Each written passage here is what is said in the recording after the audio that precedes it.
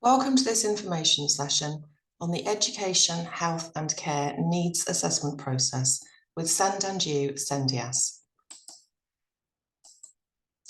This session is aimed at parents and carers to help them increase their knowledge about the EHC Needs Assessment process, to understand the timescales involved, as well as when parents or young people have the right to appeal decisions made during the EHC Needs Assessment process.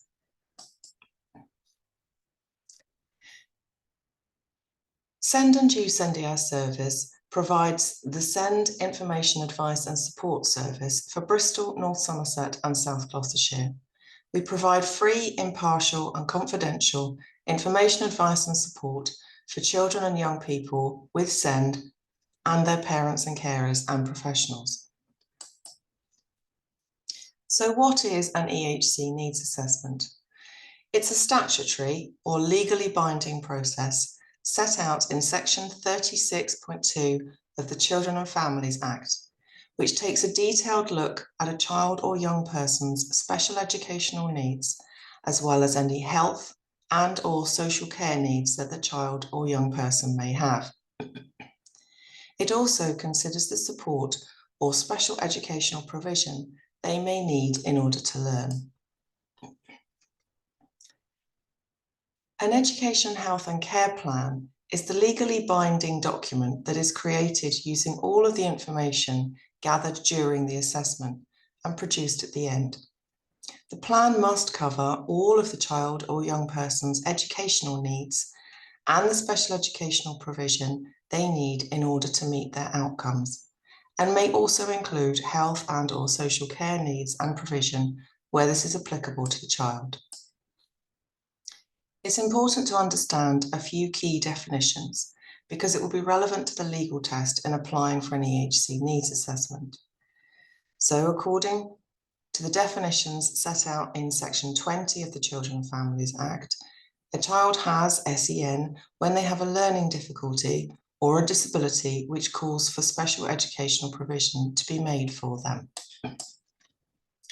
So to break that down further, a child is said to have a learning difficulty when they have significantly greater difficulty in learning than most others of the same age. A disability is defined as that which makes it difficult for a child to make use of the educational facilities generally provided for others in schools or colleges. And special educational provision basically means support. It's the support that is in place to meet a child's special educational needs, which is over and above that generally made available in schools. Often the school or other educational setting will request an EHC needs assessment, but you as parents and carers, as well as young people over 16 but under 25, can also request one. There are 4 key steps to the EHC needs assessment process. Firstly, a request for an assessment is submitted to the local authority in which the child lives. Second, assuming they agree to assess, the LA carry out the needs assessment, gathering information from everyone involved. At the end of the information gathering process, the LA will decide whether there is evidence that a plan is required, and assuming they do, will issue a draft plan at stage 3. At this stage, you as parents can submit your preferred choice of education setting, and the LA will consult with them. At stage 4, the final EHCP is issued. We do understand that this can be a daunting process, so our advice will be to take one step at a time rather than trying to look at the whole process in one go. If you're just starting out, then come back to this video at each stage to remind yourself of the next step. The legal test is like a checklist for the local authority when they are considering whether to carry out an EHC needs assessment. And they will look for evidence that the child has or may have SEN and that it may be necessary for special educational provision to be made for the child or young person in accordance with an EHCP. They must agree to carry out the needs assessment where they are satisfied that this evidence is provided.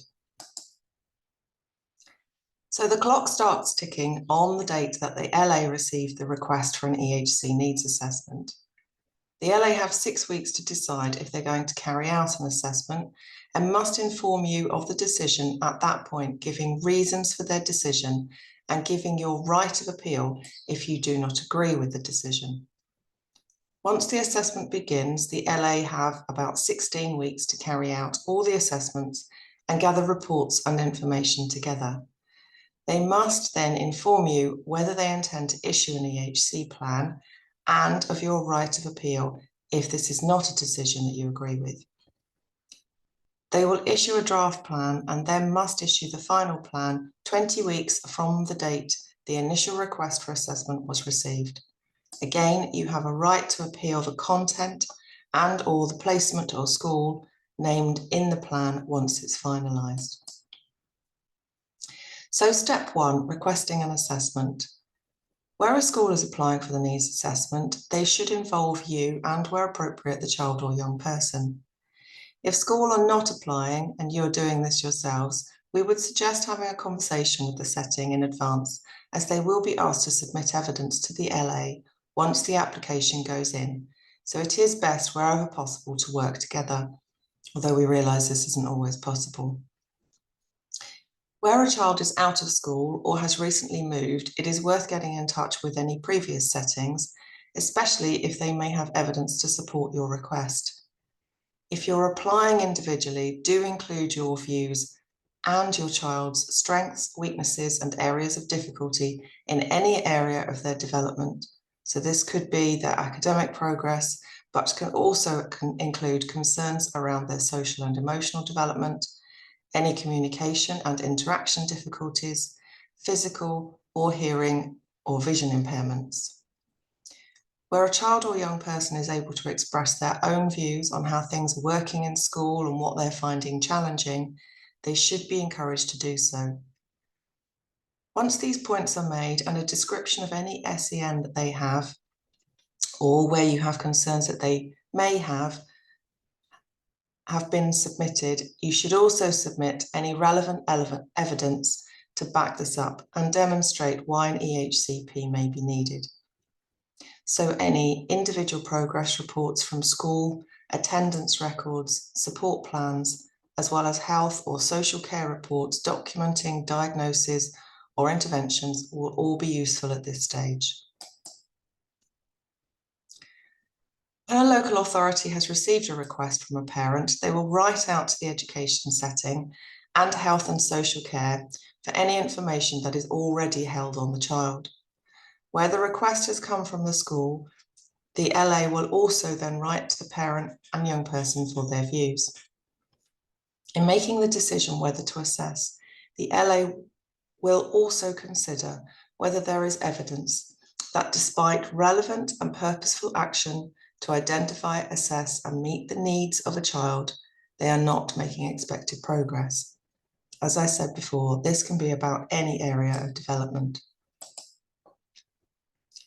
In considering whether interventions have already taken place, the LA will look at attainment levels, progress, and SEN, and what has already been tried and tested in school. This could be set out in an SEN support plan or passport. They will also consider progress in all of the child's areas of development, and for over 18s, whether they may require additional time to complete their education. 6 weeks after you've submitted your request, the LA must write to you with a decision whether they're going to carry out an EHC needs assessment. If they're not going to, you will have 2 months from the date of the letter to appeal the decision to the SEND First Tier Tribunal. You must consider mediation and contact the mediation company set out in the letter from the LA. If you decide not to go ahead with mediation, you will get a certificate to submit with your appeal. All SEND Tribunal forms are available online on the government website, and there is a presumption that a refusal to assess appeal will be a paper-based hearing. Hopefully, the LA will agree to the assessment without the need for an appeal, and you can progress swiftly to stage 2, which is when all information and any new assessments needed will be carried out, and further information including your and your child's views about the support that is needed will be gathered. During the assessment, there is a requirement that the local authority work in conjunction with parents, carers, children and young people, consulting and engaging you throughout the process as far as possible. The LA must seek advice from the family, the school or other setting, any healthcare professionals already involved, as well as ascertaining if there are any new needs that require assessment, an education psychologist, social care, and anyone that either the LA or you feel are appropriate to seek advice from. So if your child is having particular difficulties in one area of development that have not been explored, but there is reasonable evidence that this is needed, then you can ask for assessments to be done during the assessment stage. The only exception to this is where current advice or reports are already available. In this case, the LA must not seek new information as long as there is agreement from everyone that any current reports are still relevant and up to date. Once the assessment has been complete and all information gathered, the LA will decide whether to issue the plan. Once again, if they agree, then you move on to step 3 and a draft plan is issued. If they don't agree to issue, there is another right of appeal for parents and carers. The legal test at this stage is different from the first. In deciding whether to issue the EHCP, the LA must consider whether, in light of the assessment, it is necessary for the special educational provision to be made for a child or young person in accordance with an EHC plan. If you receive this decision, it must be in writing and give clear reasons why the decision not to issue a plan has been made. We would advise asking for an informal meeting with the LA to discuss the reasons, along with the school, where this is appropriate, and checking that the LA have received and considered all of the information and evidence gathered during the assessment in making their decision. Alternatively, you could consider mediation. And finally, you have a right to appeal to the SEND tribunal within 2 months of the date of the LA's decision letter. If the LA agree to issue the plan, they should send you a draft EHCP along with all the documents and reports. We advise you check you are happy with the outcomes and proposed provision, that the plan accurately reflects your child's needs, and that all recommendations by professionals have been included in the plan. You have 15 days to ask to meet with or communicate in another way your comments about the plan to the local authority. At the draft stage, section I will be blank. At this time, you will be asked for your choice of school, and the local authority should generally consult with your preferred school.